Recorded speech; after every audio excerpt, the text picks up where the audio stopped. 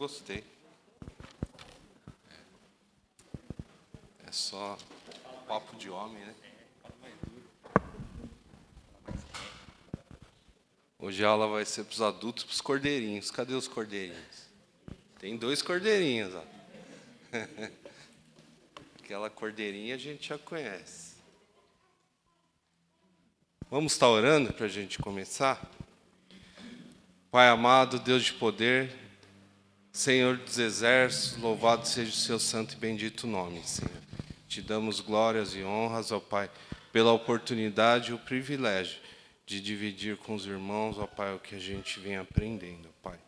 Que o Senhor não nos deixe falar, ó Pai Santo, algo errado, e que ainda que possamos falar algo errado, Senhor, que os irmãos, cada um de nós, não retenha no coração, mas que a sua verdade, a sua palavra esteja no nosso coração, guardado, ó Pai Santo, para não pecar contra o Senhor, para andar em integridade com o Senhor. É o que eu te peço, no nome de Jesus. Amém, Senhor. Muito bem. Então, hoje nós vamos... Semana passada, nós tivemos aí um bate-papo com os homens, né? Papo de homem, semana passada. Nós falamos sobre o vice-regente da criação. E hoje, como a gente não conseguiu terminar, nós vamos falar a segunda parte do vice-regente da criação. É importante que a gente compreenda a palavra de Deus, porque a primeira compreensão que a gente tem que ter da palavra de Deus é justamente crer na palavra de Deus, né? Por incrível que pareça, tem gente que diz que é cristão e não acredita na palavra de Deus. Então, não acredita, muitos teólogos, inclusive, não acreditam até que Jesus Cristo ressuscitou. Então, veja só, se a gente tira essas verdades, não acredita nessas verdades que a Bíblia traz, então a gente pode rasgar a Bíblia. Por quê? Porque todo o plano, né, toda a glória do Senhor, que vai do Gênesis e vai se revelando de forma progressiva até os últimos dias, isso não faz sentido nenhum. Então, se a gente não crê na Bíblia, cada um anda de acordo com o quê? De acordo com o que pensa. Então, se a gente anda de acordo com o que pensa, nós vamos cair no quê? No que acontecia lá no livro de Juízes. Cada um faz o que quer e o resultado é o quê? A gente já sabe. Resultado cada vez pior, que gera morte. Então, é importante que a gente tenha a compreensão e uma boa teologia que vai nos nortear. Se não existisse a Bíblia, como é que a humanidade caminharia? Então, pense, qual o critério que a gente usa para saber se andamos em integridade ou não? Oi? A lei. E a palavra de Deus é o quê? É uma lei. É uma lei, é um preceito. Ela vai nos nortear. Então, assim, embora a gente fale o seguinte, embora muitos, né, vão falar, não, mas hoje a gente vive de acordo com a graça, né? Não existe mais a lei, existe o quê? Uma falta de compreensão, né, sobre esse texto. Porque a gente tem que entender que a lei, ela acaba se cumprindo em Cristo. E não é que houve assim, que toda a lei ela foi apagada. Não foi isso, não. Existem algumas leis cerimoniais, existem algumas leis que o povo civil, que o povo judeu tinha, mas a lei moral que existe na palavra de Deus, ela é aplicada para todos nós. Então, assim, é muito comum a gente escutar que pessoas que chegam e falam, olha, eu não entendo meu papel, né? Eu não consigo mais me enxergar, parece que eu estou fora do mundo, eu não consigo me compreender. Daí você conversa um pouco com a pessoa, você vai ver que o conhecimento dela em relação às Escrituras é quase que zero. Ou muitas vezes essa pessoa ela pega e fala, a Bíblia não, tudo que está escrito aí não serve para nada. Então veja só, como você vai compreender o seu papel, sendo que você desconhece o quê? A palavra de Deus. Quando o Senhor forma, e nós vamos ver isso, Ele vai formar do Gênesis, né, vai fazer a criação e vai dando ordem, e chega no homem, né, de uma forma como se fosse um artesão e constrói, né, o homem, desenvolve o homem. Nós vamos ver que tudo isso está relacionado ao quê? A cada capítulo que a Bíblia tem, a cada versículo. Tudo isso que faz parte de um plano, de um propósito que o Senhor tem sobre todas as coisas.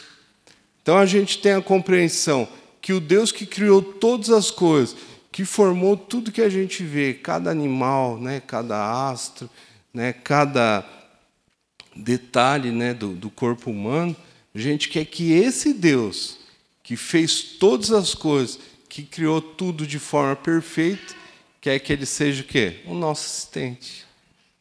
Você já parou para pensar o que a gente está pedindo e fala assim, olha, eu sei uma forma que vai dobrar o coração de Deus para que Ele me abençoe. Pensa no que isso significa. O Deus que formou todas as coisas e simplesmente a minha oração vai fazer com que Ele faça o que eu quero. Pensa no que a gente pede para Deus, no absurdo que é, né, o ser humano pensar dessa forma. Então veja só, a compreensão sobre a palavra, da palavra de Deus, sobre a teologia, né, que ela nos demonstra, é fundamental para quê? Para cada dia da nossa vida. Cada dia, desde as tarefas do lar, a educação dos meus filhos, o trabalho que eu executo, tudo isso está relacionado ao quê? A teologia que existe na palavra de Deus. Por quê? Porque quando a gente aprende a palavra de Deus, exercita a palavra de Deus, o nosso coração é transformado, até mesmo a forma que a gente ora, ela é baseada no quê? No que a Bíblia diz e no que a Bíblia mostra para a gente que tem que fazer. Então, o que é a vice-regente? Quem é o vice-regente da criação? O vice-regente da criação, como nós vimos, é o homem, né? Por quê? Então, nós vamos só recapitular, tá? Vamos abrir em Gênesis 1, 25 a 31. Gênesis 1, 25 a 31. Eu vou pedir para a irmã Roseli ler. 25 ao 31. E fez Deus os animais selváticos, segundo a sua espécie, e os animais domésticos, conforme a sua espécie, e todos os répteis da terra, conforme a sua espécie. E viu Deus que isso era bom. Também disse Deus: façamos o homem à nossa imagem, conforme a nossa semelhança. Tenha ele domínio sobre os peixes do mar, sobre as aves dos céus, sobre os animais domésticos, sobre toda a terra e sobre todos os répteis que rastejam pela terra. Criou Deus, pois, o homem à sua imagem, a imagem de Deus o criou, homem e mulher os criou. E Deus os abençoou e lhes disse: sede fecundos, multiplicai-vos, enchei a terra e sujeitai-a. Dominai sobre os peixes do mar, sobre as aves dos céus e sobre todo animal que rasteja pela terra. E disse Deus ainda: eis que vos tenho dado todas as ervas que dão semente e se acham na superfície de toda a terra, e todas as árvores em que há fruto que dê semente. Isso vos será para mantimento. E a todos os animais da terra, e a todas as aves dos céus, e a todos os répteis da terra, em que há fôlego de vida, toda a erva verde lhe será para mantimento. E assim se fez. Viu Deus tudo quanto fizera, e eis que era muito bom. Houve tarde e manhã, o sexto dia. Isso aí. Então, quando o Senhor ele vai criando, ele vai formando toda a criação, todo o cosmos, até que ele chega no momento que ele vai formar o homem.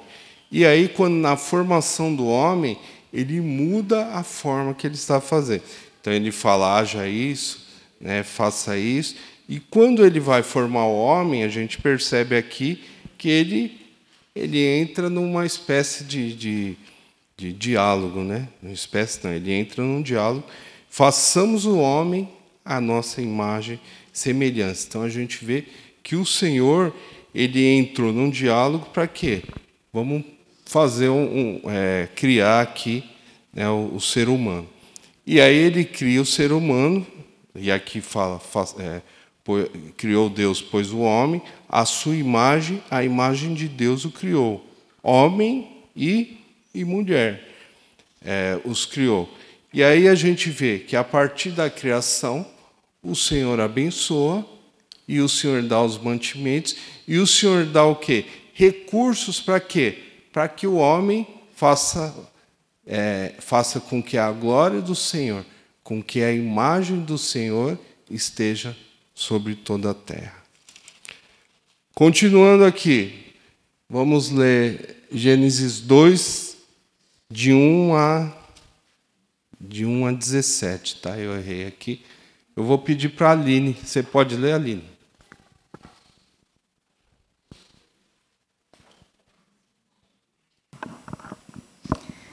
Assim, pois, foram acabados os céus e a terra e todo o seu exército.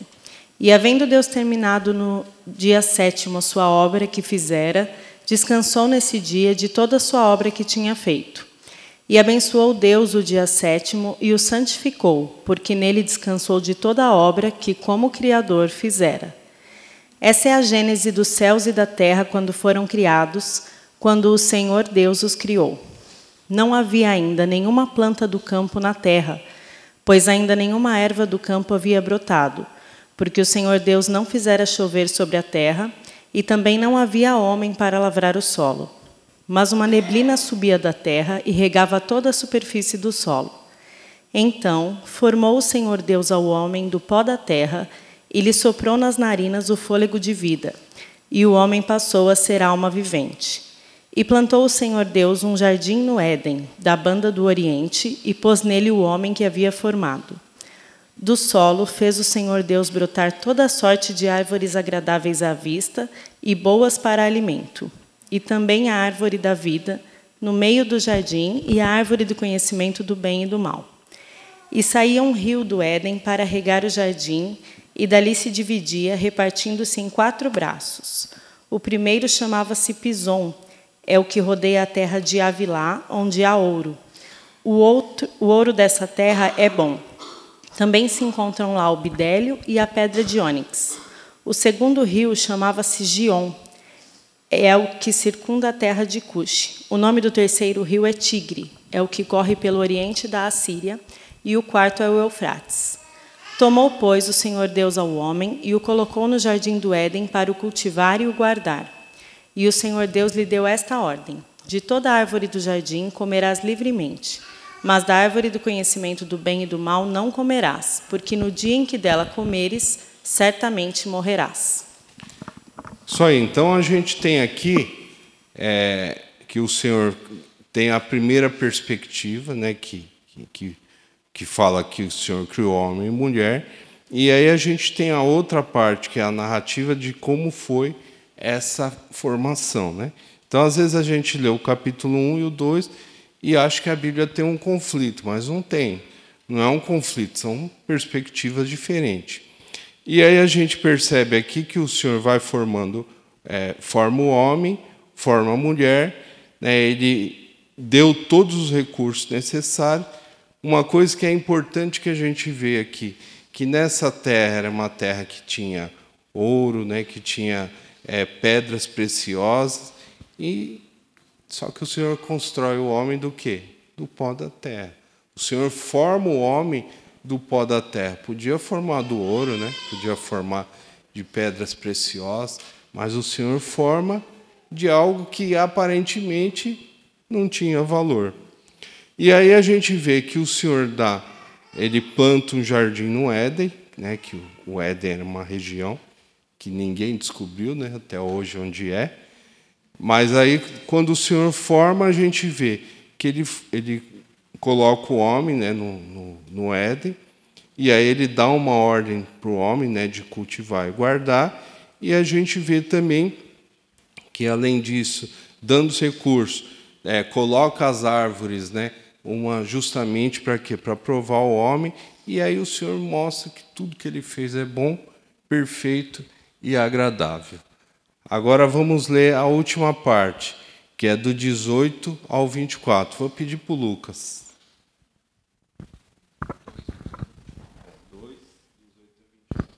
A formação da mulher. Disse mais o Senhor Deus: não é bom que o homem esteja só. Farei uma auxiliadora que lhe seja idônea. Havendo, pois, o Senhor Deus formado da terra todos os animais do campo e todas as aves dos céus, trouxe-os ao homem para ver como este lhe chamaria. E o nome que o homem desse a todos os seres viventes, esse seria o nome deles.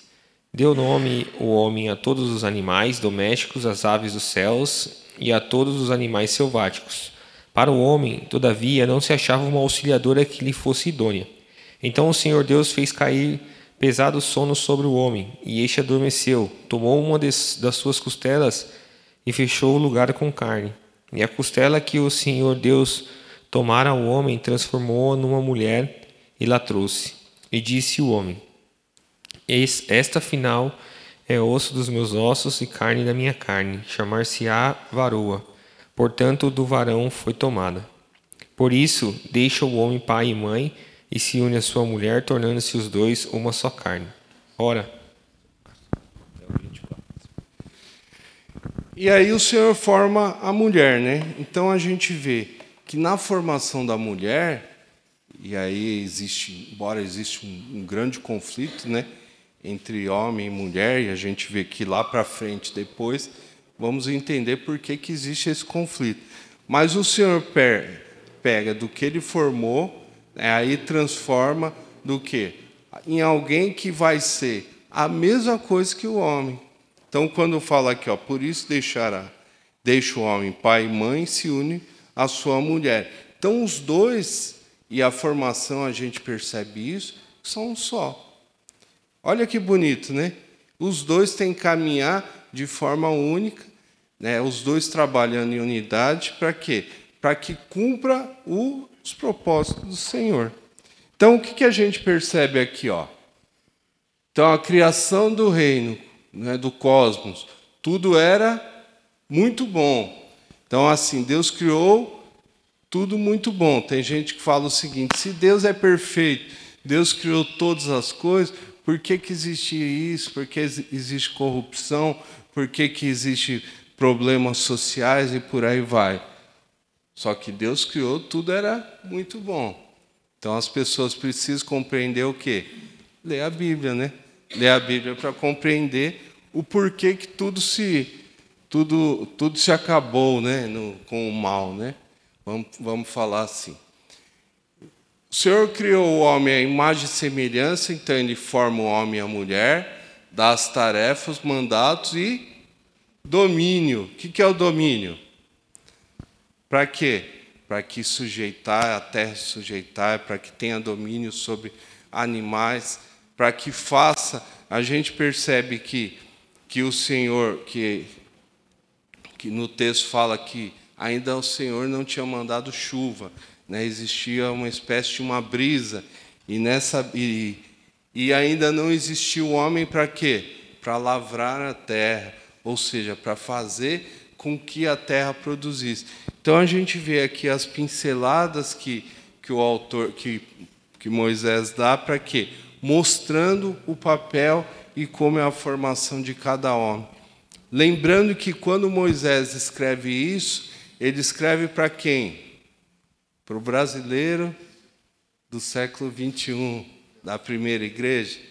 Não, ele escreve o quê? Ele vai escrever para um povo que acabou de sair da onde?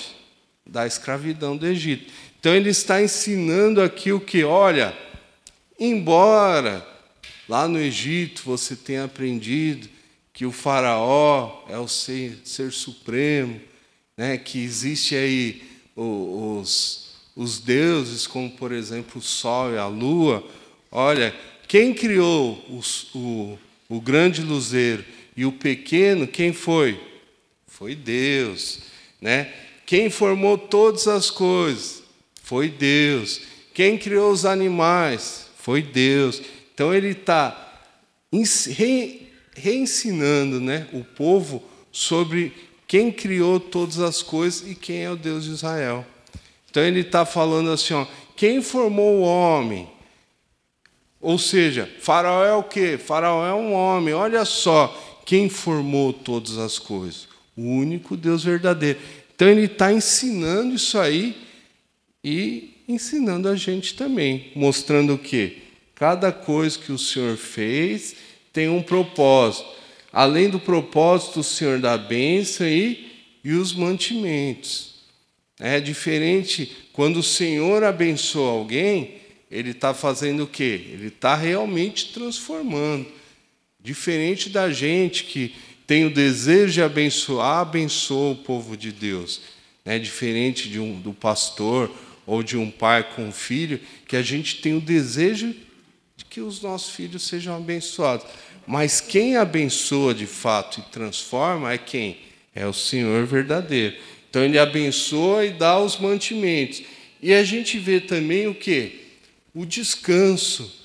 Então o Senhor constrói, o Senhor faz todas as coisas e tem o descanso. Agora olha que interessante, que ele cria o jardim, ele cria o ponto de encontro com quem? Com o homem. Por quê? Porque depois nós vamos ver que o Senhor passeava no jardim e falava com o homem. Então olha o ponto de encontro. Daí existe depois uma relação entre o templo, né, os templos que foram formados, uma relação do templo com o encontro do Senhor. E existe a relação do templo com figuras da onde? Figuras do Éden. Olha lá, quando você vê o templo de Salomão, vocês vão ver as figuras do Éden. E aí quando Cristo fala o seguinte, olha, isso vai ser destruído e eu vou reconstruir em 3 dias. E hoje o homem é o quê? É o templo, é o lugar de encontro. Olha que legal, né? Então é o Senhor mostrando pela palavra dele que tudo está sempre amarrado. A palavra dele é muito bem amarrado desde a criação até o quê? Até o escatom, até o último dia. Não vai faltar nada e não vai ter nada mais. Então, continuando. Oxe, não foi eu não, hein? Olha lá. Foi o Jorge, olha lá.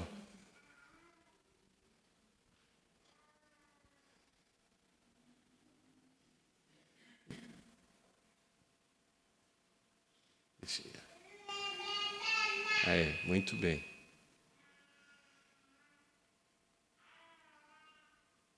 Então, veja só. Então, na semana passada, eu só estou lembrando um pouquinho os homens que estavam aqui. Espero que lembre, né? Porque no final eu vou perguntar para cada um, fazer uma provinha, né? Então, nós falamos da razão de nossa fé na mente e coração. O que tem a ver isso? Sabe o que tem a ver? Tem a ver com isso aqui, ó. Oxe, esse negócio não está funcionando, não. Mais um.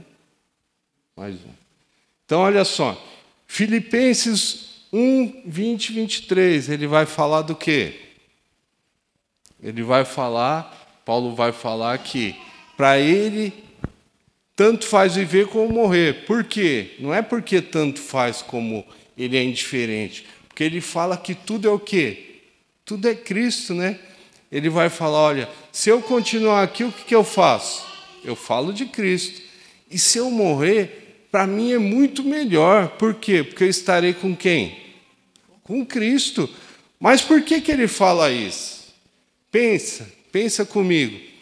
Quantos de nós aqui, se a gente receber uma notícia ou sabe que vamos falar 11h05, seu coração vai parar de bater. E aí? Ou você recebe um diagnóstico, você sabe que você está muito perto, sua tinta está acabando, né? Ou seja, seus dias estão... Pense só no que, como seria a sua cabeça. Agora Paulo não, ele falava, não, se eu morrer, eu dou glórias a Deus porque eu estarei com Cristo. Conforme o pastor John Piper, e aí eu concordo muito com ele, ele vai falar, a razão entre mente e coração é importante para a adoração. Então é o seguinte, se eu não compreender as verdades da palavra de Deus, eu não consigo adorar o Senhor. É óbvio, né, que se não tiver também o Espírito de Deus, né, te iluminando sua mente e coração, você não vai adorar. Mas é necessário que eu tenha o quê? A compreensão da palavra de Deus. Por quê? Porque através da compreensão da palavra de Deus, e aí a palavra faz com que o nosso coração se encha das verdades do Senhor, eu consigo ter um coração de adorador. E com o coração de adorador,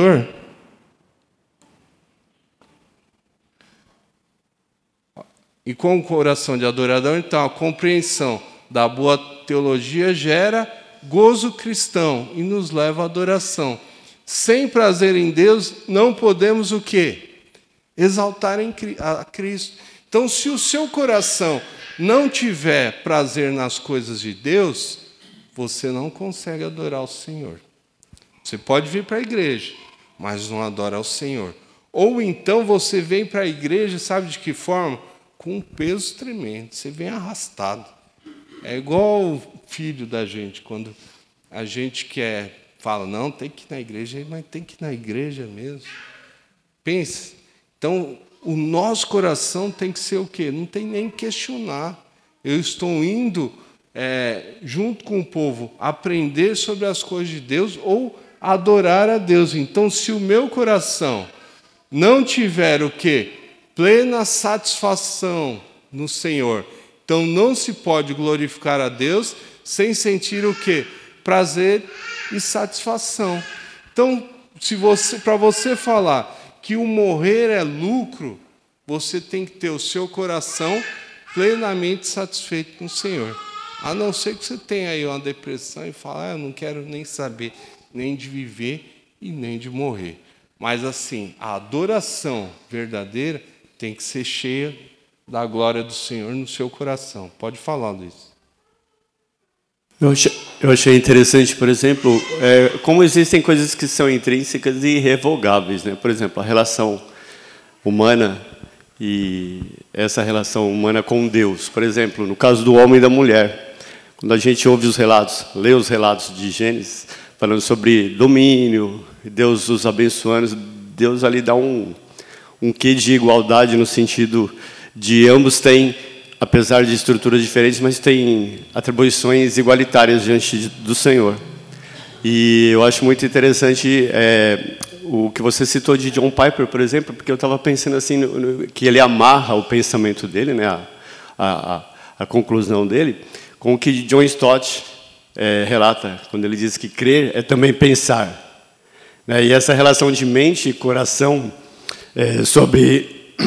em relação ao relacionamento com Deus, ela é muito importante. Eu certa vez, pensando em relação à morte, olhando para a própria palavra de Deus, eu fiquei pensando nisso que você estava falando agora. É lógico que numa estrutura humana caída, a gente sempre vai cair no desespero ao saber de um diagnóstico, ou se às 11h05 nós iremos... alguém aqui pode bater as botas, né? É lógico que, por causa da nossa condição caída, a gente entraria em desespero. Mas, olhando para os relatos bíblicos, eu até conversando com uma pessoa, eu falei assim, olha que interessante, para o que está em Cristo, para o Filho de Deus, ele tem, da parte de Deus, não da parte dele, duas alternativas. Dessas duas, ele só tem uma, que Deus determinou pelos seus decretos eternos. Ou nós estamos arrolados naqueles que sofrerão a morte física e, no dia do Senhor, ressuscitarão, ou estaremos arrolados na lista daqueles que, quando o Senhor vier, teremos o nosso corpo transformado. Mas o que é importante é que, no primeiro caso, no segundo, como disse o próprio apóstolo Paulo, quer morramos, quer vivamos, o que importa é que somos do Senhor. É isso aí, sem dúvida. Isso aí. A senhora não queria falar, não? Então, veja só, em 2 Coríntios, ele vai falar o quê? Ele vai falar do povo que sofria e, mesmo sofrendo, dava glórias a Deus. Olha que negócio interessante. O povo que sofre, passa por tribulação, passa por dificuldades, mesmo assim ele dá glórias ao Senhor e ainda tem o quê? No coração dele tem a piedade do Senhor. Para quê? Para ajudar o próximo. Então, conforme o pastor John Piper, ele fala que o amor é o transbordar do gozo em Deus que faz alcançar a necessidade do próximo. Então, se você não tiver o coração cheio de Cristo, né, cheio do gozo em Cristo, né, cheio da satisfação em Cristo, você não consegue adorar o Senhor. Se você não consegue adorar o Senhor, você também não consegue ajudar o próximo, como a Bíblia diz. Você pode ajudar, mas de forma assistencial, não de forma piedosa, que a Bíblia ensina. E a piedade, ela não é simplesmente um ato de eu entregar alguma coisa ou fazer um ato de caridade. A piedade que a Bíblia ensina, ela, na forma plena, está relacionada a eu glorificar a Deus através das minhas atitudes, que esse glorificar a Deus, ele gera com que o meu coração, a adoração a Deus, de tal forma que eu tenha certeza que eu preciso ajudar o meu próximo. Por quê? Porque é o que o meu Pai manda. É o que o meu Pai coloca no meu coração. Então, veja a relação que tem. Não é uma relação de ajuda ou eu simplesmente fazer uma obra de caridade. Mas ele fala da piedade que está relacionada a algo muito, bem mais amplo. Muito bem, então, continuando aqui. Conforme o Michael Horton, ele fala, olha, o drama, ou seja, a história, né, que a Bíblia revela, ela vai gerar o quê? A doutrina, que é um ensino para a nossa vida. Esse ensino ele vai gerar o quê? A doxologia, que é a adoração. E através da adoração, do coração cheio, gera o quê? A pregação para o próximo. Olha que legal, né? Tudo é o quê? Tudo está ligado. Eu aprendendo sobre a Bíblia, eu gero o quê? Eu gero o ensino necessário para quê? Para eu compreender que eu tenho que adorar plenamente ao Senhor. E essa adoração faz com que eu queira e precise e tenha que fazer, dividir o quê? As boas novas com o Senhor. As boas novas do Senhor. Muito bem, outro ponto que a gente viu também, a imagem e semelhança. O que é a imagem e semelhança? Olha que legal o que João Calvino fala. A semelhança, como se estivesse a dizer que iria fazer um homem no qual, mediante esculpidas marcas de semelhança, se haveria de a si próprio representar como em uma imagem. Então, olha só o que ele está falando. Ele fala o seguinte, que a semelhança, a marca que o Senhor colocou, a marca dele em cada um de nós, faz com que a imagem de Deus esteja sobre toda a terra. Não é forte, bonito isso? Fala a verdade. Pode falar. Ou só eu que achei? É bonito isso aí, gente. Isso é espetacular. A gente tem que entender que a marca que o Senhor coloca nas nossas vidas é para quê? Para levar a imagem dele sobre todo mundo. E qual é a imagem do Senhor? Quando o Senhor cria o Éden, que ele dá as ordens, né? Para o homem é o quê? E aí a gente vê algumas linhas teológicas que vai falar que o Éden é para que o homem expandisse aquele jardim. O Senhor deu tudo o que a gente precisa para quê? Para expandir e levar a glória dele. Hoje em dia, lógico que a queda ela vai fazer o quê? Ela corrompeu isso aí. Corrompeu a imagem e semelhança do Senhor. Mas nós temos ainda. Todos nós, todo ser humano, tem a imagem do Senhor. A imagem e semelhança, né? Por quê? Porque a gente vê alguns atos que acontecem que a gente vê que é a manifestação do Senhor. Pessoas que não têm nenhum compromisso com o Senhor geram coisas boas para a humanidade. E aí a gente vê que esse ato de criação, de ensino, de desenvolvimento é o quê? É a manifestação da imagem e semelhança de Deus. Ela foi distorcida? Foi. Então a gente tem aqui, ó, olha só. Na mente, também Calvino falou, na mente, perfeita inteligência florescia e reinava. Retidão assistia como sua parceira. E todos os sentidos eram preparados e moldados para adequada obediência à razão. E no corpo havia uma adequada correspondência com essa ordem interna. Ou seja, tudo era harmônico, né? Todas as coisas existiam para quê? Para a glória do Senhor ser manifestada, para que o Senhor sempre fosse glorificado.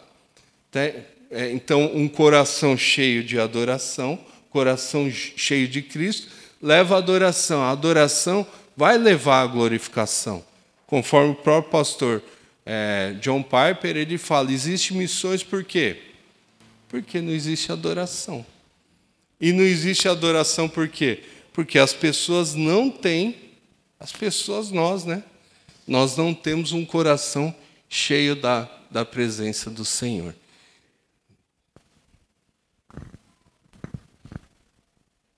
Só contribuindo um pouco com o que você está falando, eu acho que domingo passado à noite a gente teve na pregação do nosso irmão Samuel falando muito, né, sobre as marcas de Cristo.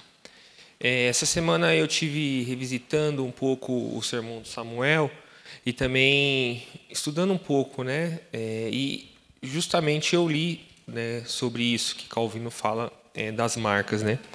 Eu creio que hoje muitas pessoas às vezes se esquecem desse ponto, que é um ponto muito importante, mas por causa da vida no pecado, né? Porque essa questão das marcas de Cristo em da nossa vida, a semelhança de Cristo, que nós, Cristo nos deu isso, né? Cristo colocou isso para nós. Muitas vezes o pecado ele tem deixado isso com que as pessoas fiquem afastadas disso. E deveria ser o contrário, né? Nós deveríamos acordar todos os dias e agradecer a Deus, né? Porque Ele nos escolheu, né? Ele trouxe o seu Filho, né, a esse mundo. Ele colocou em nós a semelhança dele. Ele nos deu esse direito, né? Então eu acho esse ponto das marcas, né, da semelhança de Cristo um ponto muito importante. Eu acho que a gente tem que revisitar isso todos os dias. A gente tem que trabalhar isso em nossas vidas todos os dias, porque senão fica esquecido, fica aí de lado e as pessoas vão se perdendo em coisas que não deveriam, né? Principalmente o Lucas, né? Lembrando que ele é imagem e semelhança do Senhor. Quando ele estiver fazendo o metrô lá, pensa na imagem e semelhança do Senhor. Pense que a gente vai usar e precisa ser a imagem e semelhança do Senhor mesmo, tá? Não pode ter falha. Então, olha só, abrindo parênteses aqui, né? Na pregação de Samuel, ele falou, né? O pastor que fala demais, o Arsênio também que fala demais. Mas a gente tem horário para cumprir, hein? Se a gente liberar antes, o pessoal não veio lá. Deixei registrado aí na telinha, né? A justificativa, né? Já que ele falou, é o quê? Como é que quando tem o debate lá, tem a réplica, né? Então eu estou falando, né? Por que a gente fala demais?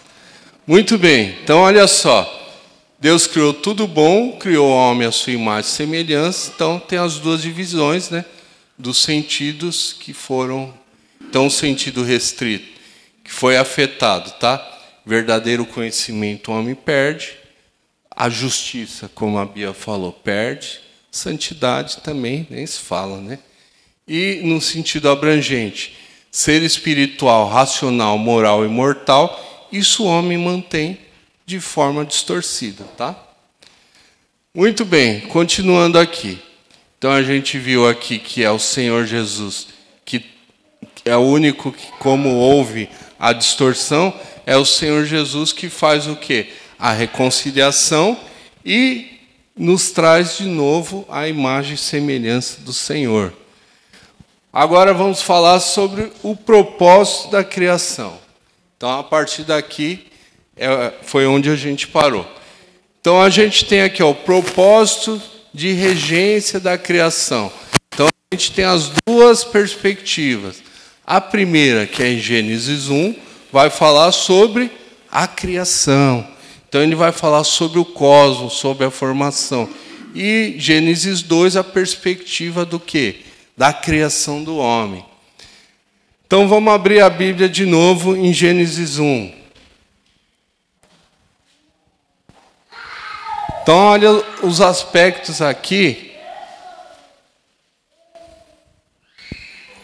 que o Senhor nos colocou aqui. Então, aquela pessoa que acha o seguinte, que não serve para nada, que não entende o propósito dela, que não entende por que ele foi formado, que não sabe o que ele está fazendo aqui, que não sabe se ele vai ser, se ele agora é homem, se ele é mulher, se ele é animal, seja lá o que ele quer ser. Tem que compreender o quê? A razão de que o Senhor criou. Por que o Senhor, com toda a perfeição, com toda a sabedoria, ele vai criar coisas que não servem para nada? Pensa nisso. Então, a gente tem alguns aspectos que não... A gente pode até falar assim, ó, eu não estou falando agora de Bíblia, né? Porque tem gente que fala, eu quero que você me prove sem falar da Bíblia. Então, pensa no que, sem falar de Bíblia, mas falando de Bíblia, né? Pensa no que Paulo falou assim, fala assim que só de você olhar para a criação, você vê que tem que ter um Criador, que é impossível que a humanidade não acredite que existe um Deus real e verdadeiro, sem olhar para a criação. Só de olhar esse céu azul que a gente vê aqui, como é que pode uma coisa do nada ser criada? É legal aquele exemplo, né, que aquele cientista Dalton, ele fala, né? Ele fala assim, pensa que, imagine um caminhão, né, que tem lá vários, ele está carregando ovo, farinha, leite, né? E de repente ele pega e cai na ribanceira e vai rolando, cai, explode e forma o quê? Forma um bolo, né? Tinha todos os ingredientes, né? E com o fogo criou um bolo. Olha que legal. É a mesma probabilidade, né? A mesma probabilidade do mundo ser criado da mesma forma. Como que pode, né? Uma vez eu até brincando falei com um colega sobre isso, né? Ele era agnóstico até então, né? Daí quando ele terminou o discipulado, ele falou, não, eu entendi. Ele falou assim, eu ainda não vou na sua igreja, mas eu entendi que Deus existe. Espero que meus filhos compreendam isso também. Eu falei, tá bom, né? Já tá bom, né? Vamos lá, né? Para o começo, para quem não acreditava em Deus, entender isso aí, né? Então vamos caminhando. Um dia eu acredito que ele virá aqui, né? E vai se converter ao Senhor. Então vamos ler de novo, tá? Gênesis 1:26. Quem pode ler? Qualquer um que quiser. Pode ler, Carlos. 1:26. Também disse Deus, façamos o homem à nossa imagem, conforme a nossa semelhança. Tenha ele domínio sobre os peixes do mar, sobre as aves dos céus, sobre os animais domésticos, sobre toda a terra e sobre todos os répteis que rastejam pela terra. Isso aí. Então o Senhor deu o que ao homem? Domínio. Quem tem o domínio sobre todas as coisas? Deus. Aonde a gente vê a imagem e semelhança que o Senhor deu? Dando domínio. Ele falou assim, olha, você é homem, você tem o domínio sobre a criação. E por isso que os teólogos falam que o homem é o vice-regente, é o vice-gerente. Né? Por quê? Porque o papel dele é o Senhor, nós vamos ver num trecho que fala assim, que o homem foi, num salmo que vai falar que o homem foi criado um pouco menor do que principalmente a criação celestial, né, do Senhor.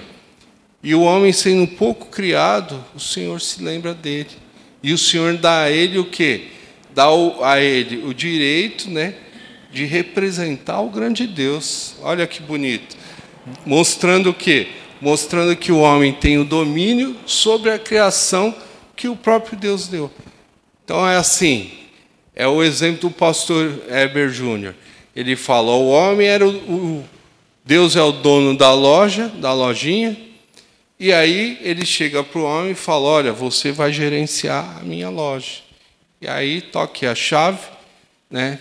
Você tem os recursos, tem tudo, tem dinheiro em caixa, né? Tem o troco, tal. Então assim você gerencia. Se o homem gerenciar errado, o que acontece com a loja? Toda a loja vai se dar mal, né? Tudo, e foi o que aconteceu. Entrou o pecado, tudo foi contaminado. Por quê? Porque o homem é o vice-gerente, né? Ou seja, o homem é o quê? É o representante do Senhor. O cabeça Adão era o cabeça federal da humanidade. E com isso, então, tudo acabou sendo prejudicado. Gênesis 1, 28. Quem pode ler? Pode ler, Leandro? Só um minutinho, tem que ter o...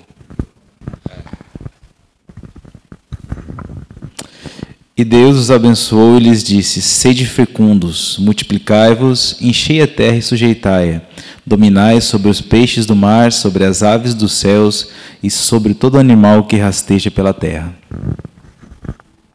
Isso aí, então Deus abençoou, e assim que o Senhor abençoa, Ele o quê? Ele dá condições do homem crescer e multiplicar. Então o Senhor ele abençoou e falou, olha, vocês têm que agora povoar a terra. Agora, tudo que eu criei, tudo que eu formei foi o quê? Eu dei os subsídios para vocês, para quê? Para que agora vocês desenvolvam o papel de vocês. Cada um de nós tem, né? Como acho que dizia o pastor Russell Shedd, ele falou que ele não repôs, não, um não repôs, um filho, né? Você ainda não repôs. 2 filhos você repôs. 3 filhos você acrescentou. E a partir do 4º filho você está multiplicando. Eu ainda não estou multiplicando, né? Estou quase, estou no 3. Fala para a Eliane, ter mais um não ia ser legal, né? Pode falar, Luiz, você também quer mais um. Acessou a motivação em relação a isso. Chega. 2 está bom demais, olha aqui. Agora é os netos, né? Tem que vir netos. Né? Verdade. Daqui para frente é pensar na próxima geração. É o seguinte, acho interessante que essa questão do conceito de domínio, né, tem a ver com essa questão de multiplicar-se. Porque quando há, né, pensando assim de uma forma histórica, geográfica, quando há domínio de um território, a marca essencial de domínio é o quê? Você incutir ali naquele espaço territorial o quê? Pessoas da sua espécie. Isso significa domínio. E uma coisa que eu acho interessante também é que, por exemplo, numa discussão atual tão relevante, né, que é questões de meio ambiente, aquecimento global, etc., etc., se pensa em relação a tudo, menos nessa questão que é intrínseca também, na questão ambiental, que é a queda. Que a queda do ser humano traz também danos ao meio ambiente. A gente vê nos relatos de Gênesis que a partir da queda que a terra passa a produzir cardos, abrolhos e por aí afora. Então essa relação do ser humano sobre domínio, sobre conquista, sobre administração do Éden, está tudo relacionado também à queda. Então assim, trocando em miúdos, não há uma solução ambiental quando não há uma solução humana no sentido de redenção. Né? Então, as coisas tendem a continuar dessa forma porque está intrinsecamente relacionada à queda do ser humano. É somente em Cristo mesmo que tanto um quanto o outro podem ser, digamos assim, consertados. Exatamente. Vamos dizer assim, porque há essa relação. Então, por exemplo, as nações se unem, as pessoas se unem. É importante falar sobre meio ambiente, sobre aquecimento global. É algo que nós estamos percebendo dia após dia.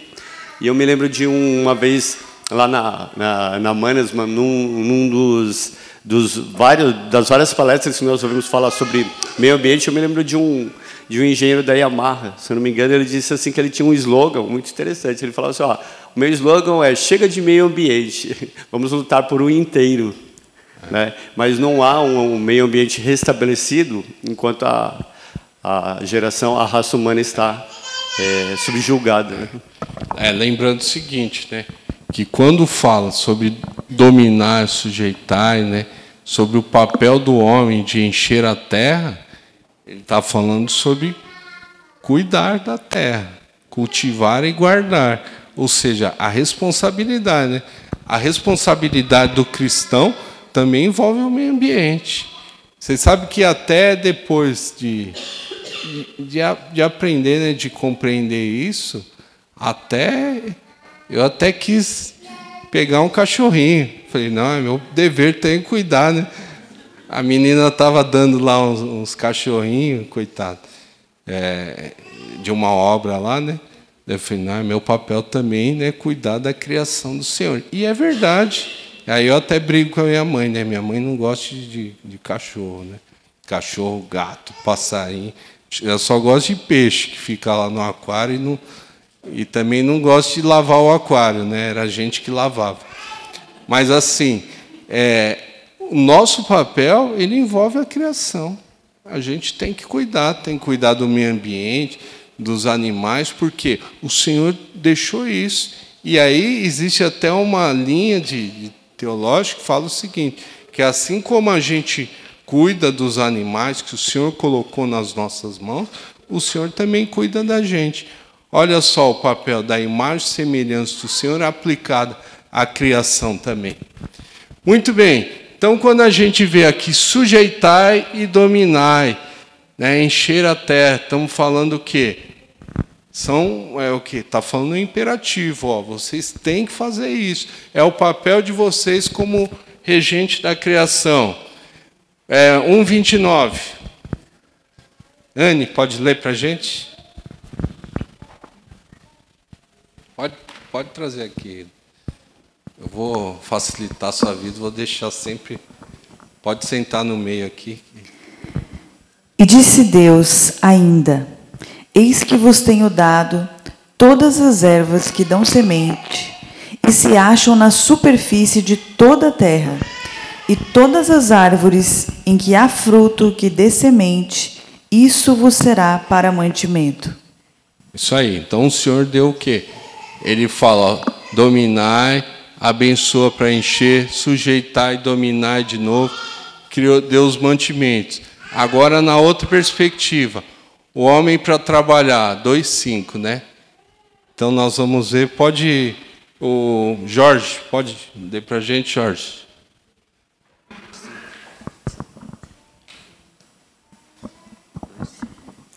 O Jorge, depois a Cláudia. Não havia ainda nenhuma planta do campo na terra, pois ainda nenhuma erva do campo havia brotado, porque o Senhor Deus não fizera chover sobre a terra, e também não havia homem para lavrar o solo. Então não existia o homem para quê? Para lavrar o solo. Então, logo na sequência, a narrativa vai falar do quê? Da criação. Então, ó, o Senhor já estava falando, ó, precisa de alguém para quê? Para gerenciar essa terra também. 2:7, Cláudia, por favor. Então formou o Senhor Deus ao homem do pó da terra e lhe soprou nas narinas o fôlego de vida, e o homem passou a ser alma vivente. Pode ler o 8 também, por favor. E plantou o Senhor Deus um jardim no Éden, na direção do Oriente, e pôs nele o homem que havia formado. Então, assim como o artesão, o Senhor forma o homem e coloca o homem o quê? Num lugar para quê? Para que possa interagir com ele. O 2:15, Davi, você pode ler, por favor?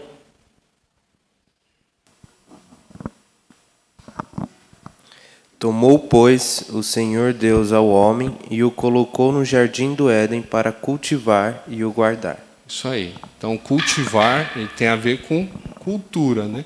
E o guardar, possivelmente, não sei se tinha alguma coisa que teria que proteger, aí a gente não sabe ao certo, né? E 2:19 a 20 eu vou pedir para o William.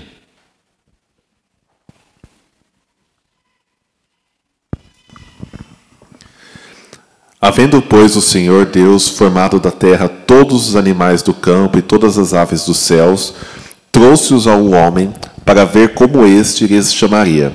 E o nome que o homem desse a todos os seres viventes, esse seria o nome deles. Deu nome o homem a todos os animais domésticos, às aves dos céus e a todos os animais selváticos. Para o homem, todavia, não se achava uma auxiliadora que lhe fosse idônea. Isso aí. Então, o que a gente vê nessa narrativa? Domínio sobre a criação. Deus abençoa e fala para encher e multiplicar. O Senhor fala para sujeitar e dominar a terra. O Senhor deu recursos. O Senhor cria o homem, aqui na narrativa da criação. O Senhor cria o homem, assim como um artesão. Ele plantando o jardim, ele coloca o homem para guardar e cultivar. O homem teve a tarefa de dar nome aos animais. E nós vemos na sequência o quê? A criação da mulher. Bia, você pode ler a Bia do Luiz Fábio.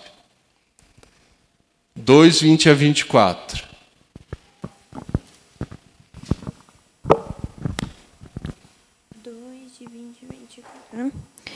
Deu nome o homem a todos os animais domésticos, às aves dos céus e a todos os animais selváticos. Para o homem, todavia, não se achava auxiliadora que lhe fosse idônea. Então, o Senhor Deus fez cair pesado sono sobre o homem, e este adormeceu. Tomou uma das suas costelas e fechou o lugar com carne. E a costela que o Senhor Deus tomara ao homem, transformou-a numa mulher e lhe a trouxe. E disse o homem: esta afinal é osso dos meus ossos e carne da minha carne. Chamar-se-á varoa, porquanto do varão foi tomada. Por isso, deixa o homem pai e mãe e se une à sua mulher, tornando-se os dois uma só carne. Isso aí. Então o Senhor criou o homem e cria a mulher também como o quê? Como auxiliadora, que não é em nada menor que o homem. Ela é o quê? Ela é a mesma carne. É o quê? É por isso que se torna uma unidade para quê? Para trabalhar em propósito que o Senhor colocou nas mãos dele. Então Deus realiza outro milagre, né? E fazendo assim indicou uma conexão entre um e outro. Então ele não cria da mesma forma, mas ele faz um outro milagre, mas que haja o quê? Uma continuidade, uma conexão da criação dele. Então eles eram a mesma carne, mas também diferentes em sua origem, conforme o Senhor criou. Não mais um pó, né? Não tirou mais o pó, mas uma parte que tinha formado, logicamente, do pó, antes como seu agente, né, real. Ou seja, ele criou o homem de uma forma, mas da mesma substância que ele criou a auxiliadora. Ou seja, para mostrar que os dois são um só, né? Olha que bonito, né? Cada coisa que a gente vê, cada detalhe que a gente vê na criação é uma obra fantástica, né? A gente fica, é impossível que o nosso coração não se enche de alegria. É impossível você olhar cada detalhe e o seu coração não se encher de vontade de adorar o Senhor. Porque você vê a perfeição e propósito em tudo que Ele faz, em tudo que Ele desenhou, existe. Então, a gente olhar esse mundo caído e não compreender que a queda houve a interferência, né, conforme a Bíblia nos relata, a gente também achar, né, que tudo acontece por acaso, né? E também outra coisa que nos dá uma grande certeza é que com tudo, apesar de tudo que acontece nesse mundo, o próprio Senhor restaura, né? Ele vem restaurando e na consumação restaurará todas as coisas, inclusive a criação, né? Então a tarefa é exercer o governo sobre a criação, enfatiza a continuidade da criação e expande a glória do Senhor. Então a humanidade não é um produto de combinações fortuitas de fatores, mas Deus planejou homem e mulher segundo seus propósitos, para o qual foram trazidos ao quê? Ao reino cósmico. O que é quando a Bíblia fala da criação, ela vai falar que é o cosmos. Então, essa criação, esse cosmos, que é tudo que o Senhor criou, o Senhor forma homem e mulher e traz com um propósito para quê? Para exercer o que Ele tem. E exercer o que Ele tem planejado, né? Ou seja, governo, continuidade e expandir a glória dEle. E aí a gente vê também outro ponto, que ele está relacionado ao descanso do Senhor. Vocês já pensaram nisso? O que é o descanso do Senhor? A gente vê que Deus criou um reino cósmico, colocou o homem com um propósito, e depois a criação fala de um descanso. A gente lê e fala, o homem nem começou a trabalhar, já vai descansar, né? Deus... Mas o que significa esse descanso? E é isso que é interessante. Descanso do Senhor, nós vamos ver aqui, ó, que é o famoso Shabá, né? O que é o Shabá? É uma briga que existe, né? Uns acham que é no sábado, outros acham que é no domingo, e outros acham que é sábado e domingo, né? Por isso que a gente descansa no sábado e no domingo. Mas assim, qual que é a relação que existe isso aqui? Então a gente tem aqui em Êxodo 20:11, quando o Senhor fala do descanso dele, do descanso lá em... Vamos abrir, Gênesis, vou pedir para a Gisele ler aqui, ó. Êxodo 20:11.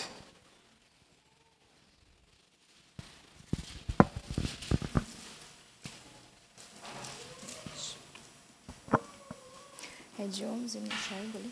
É só 11? 11 é quem já? Só 11? Porque em 6 dias fez o Senhor os céus e a terra, o mar e tudo que nele há, e ao 7º dia descansou. Por isso o Senhor abençoou o dia de sábado e o santificou. Isso aí. Então o Senhor, aqui na narrativa em Êxodo, vai falar que o Senhor, ele criou todas as coisas e descansou. Agora vamos ver Deuteronômio 5:12 a 15. Pedir para Samuel. Deuteronômio 5:12 a 15. Guarda o dia de sábado para o santificar, como te ordenou o Senhor teu Deus. 6 dias trabalharás e farás toda a tua obra. Mas o 7º dia é o sábado do Senhor teu Deus. Não farás nenhum trabalho, nem tu, nem o teu filho, nem a tua filha, nem o teu servo, nem a tua serva, nem o teu boi, nem o teu jumento, nem animal algum teu, nem o estrangeiro das tuas portas para dentro, para que o teu servo e a tua serva descansem como tu. Porque te lembrarás que foste servo na terra do Egito, e que o Senhor teu Deus te tirou dali com mão poderosa e braço estendido, pelo que o Senhor teu Deus te ordenou que guardasses o dia de sábado. Olha só. Então, o que Moisés está falando que o Senhor ordenou? Ordenou um dia de descanso para quê? Para guardar e lembrar das coisas que o Senhor tinha feito, certo? Então, nós temos aqui, ó, conforme a descrição de Êxodo e Deuteronômio, nós vamos ver que fala do 7º dia, que é a plenitude, né? Nós vamos ver que está relacionado a repouso, ao descanso, inclusive o nome Shabá, ele está relacionado a isso. Cessar, pausar, certo? Um dia de descanso. Para quê? Aí você tem lá, descanso para quê? Descanso para isso, para eu repousar, ganhar as forças, tal, não posso trabalhar. Tem relação também, mas a maior relação não é essa. Daí nós vamos ver depois as festas que o Senhor fez. são chamadas festas sabáticas, que era chamada uma santa convocação. Olha só, olha como é a revelação progressiva. Primeiro o Senhor dá uma ordem, um mandamento. Depois ele fala que esse mandamento é para quê? Para que o povo esteja com o Senhor, lembrando de que ele foi escravo no Egito. E um povo que foi escravo, ele vai lembrar muito bem o que quer dizer ele sendo um povo liberto. Qual a relação que existe com a gente? Vocês lembram quando a gente falou do reino cósmico, que dentro do reino cósmico existe o quê? O império das trevas, que é chamado reino parasita. O reino de Deus, todas as coisas, mas existe lá o reino das trevas. E em Colossenses fala o quê? Ele nos tirou do... Eu vou começar a cantar aqui para ver se vocês lembram, né? Hoje a gente vai cantar à noite Colossenses 1. Então, em Colossenses fala que tirou do império das trevas e nos levou para o reino do seu Filho. Então, o povo que era escravo pelo pecado estava no todos nós, reino das trevas. E o Senhor nos tirou para o reino do seu Filho. O povo que era escravo, ele tinha um dia para quê? Para se lembrar daquele que tirou, para todo o povo reunido glorificar o Senhor. Alguma semelhança com o nosso domingo? Toda, né? E por que o nosso é domingo e não sábado? Por quê? Porque não somos adventistas? É uma resposta, né? Por causa da ressurreição de Cristo. Porque aquele povo aguardava o Messias. E nós temos o quê? Nós já temos o Messias. Quando a gente estuda em Atos, o que vai falar? Vai falar que o povo se reunia no dia do Senhor, né? E qual era o dia do Senhor? Ele estava falando no dia da ressurreição do nosso Senhor. Ou seja, o povo da antiga aliança, eles esperavam que viria aquele que tiraria eles do império das trevas, da mesma forma que tirou do Egito. E aí, aquele que veio é aquele que nós glorificamos. Portanto, nós iniciamos a semana no descanso do Senhor. E o que significa o descanso? Já vamos ver. Então, Deus informa repetidas vezes que deseja ser cultuado e adorado no sábado. Logicamente, vocês vão falar assim, mas quer dizer então que Deus só tem um dia e os outros dias? Todos os dias são do Senhor, óbvio. Mas aqui ele institui o quê? Um dia para que toda a congregação esteja reunida adorando ao Senhor. Que é por isso que a gente faz. Conforme o quê? Conforme a instrução dos apóstolos, a gente está aqui. Olha só, hein? Que legal, né? Conforme a instrução lá atrás, né, a gente está aqui como povo de Deus, seguindo os mandamentos do Senhor, né, sujeitando a terra, dominando, levando a justiça e a glória do Senhor, seja fazendo metrô, seja dando aula, formando as crianças, seja transportando, né, seja fazendo galpão, seja fazendo o que for, a gente tem a glória do Senhor sobre todas as coisas. Então veja só, Cristo é o nosso descanso. Então celebramos o dia do Senhor, né, conforme Atos e Apocalipse, e esse dia do Senhor é o quê? É o descanso do Senhor. Em Hebreus 4, de 1 a 10, ele vai tratar sobre o descanso do Senhor, né, e a relação que existe com o quê? Com a nossa vida. Eu vou ler rapidamente aqui, ó. Hebreus 4.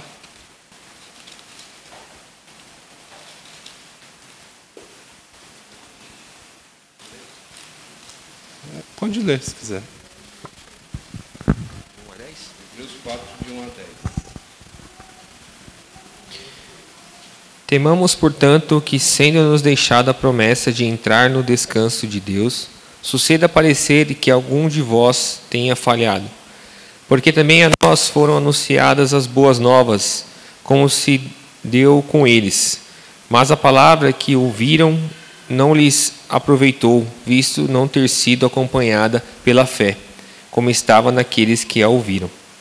Nós, porém, que cremos, entramos no descanso, conforme Deus tem dito. Assim, jurei na minha ira, não entrarão no meu descanso, embora certamente as obras estivessem concluídas desde a fundação do mundo, porque em certo lugar assim disse no tocante ao sétimo dia. E descansou Deus, e no sétimo dia de todas as obras que fizera. E novamente, no mesmo lugar, não entrarão no meu descanso. Visto, portanto, que resta entrarem alguns nele, e que por causa da desobediência não entrarão aqueles aos quais anteriormente foram anunciadas boas novas.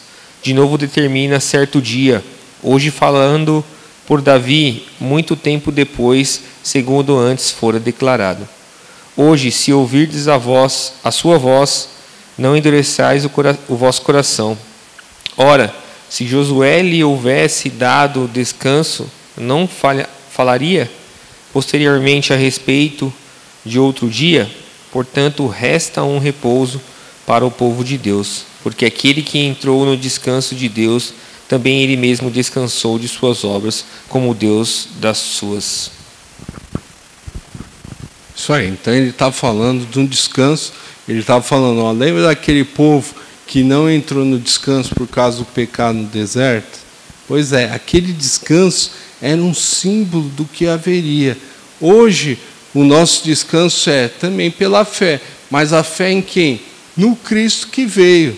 Então, quando a gente tem o coração cheio de Cristo, que temos a fé naquele que veio, não é baseado na nossa fé em crer, mas é na fé em quem a gente crê, ele nos leva ao descanso.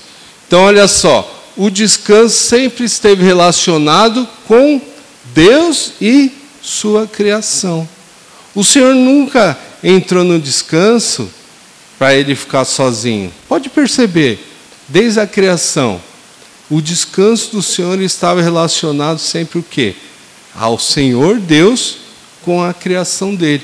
Por isso que a Bíblia vem mostrando que o dia do Senhor, o dia do descanso do Senhor, é para que o povo de Deus se reúna para que esteja com o próprio Criador. Ou seja, o vice-regente espalha a glória de Deus, que é a imagem de Deus, sobre a terra devido à semelhança que o Criador colocou em nós. E o Deus Trino se regozija com seus filhos no descanso. Muito bonito isso aí. Ou seja, quando a Bíblia vai falar da criação e do descanso, ela fala, o Senhor formou todas as coisas, criou homem e mulher, deu a ele domínio para fazer, e a gente vai ver que no lugar exato, homem e mulher se reuniam com o Criador e adorava e participava e se deleitava da criação e tudo que o Senhor formou. Ou seja, tudo que o Senhor faz e colocou o homem, o propósito do homem é espalhar a glória do Senhor, a imagem do Senhor e gozar do quê? Das coisas do Senhor, se deleitar com o Senhor, adorar o Senhor. Que é o quê? É a primeira pergunta do catecismo, né? Que ele vai falar exatamente isso. Olha só, o nosso papel, e além do papel da gente desenvolver, tem o papel do quê? De adorar o Senhor e participar com Ele do descanso dele. Então, que a gente possa compreender, e por isso fomos redimidos e reconciliados. Por isso que Cristo veio ao mundo. Para quê? Para nos reconciliar junto ao Pai, para que possamos participar do descanso e para que a gente, nessa vida eterna que a gente tem, é o quê? É entrar no descanso do Senhor, entrar na participação que o Senhor nos dá de participar cada dia da presença dEle na nossa vida. Ou seja, tudo que o Senhor faz e formou é para quê? Para que Ele demonstre a cada dia a aliança que Ele tem comigo, com você. Por isso somos privilegiados.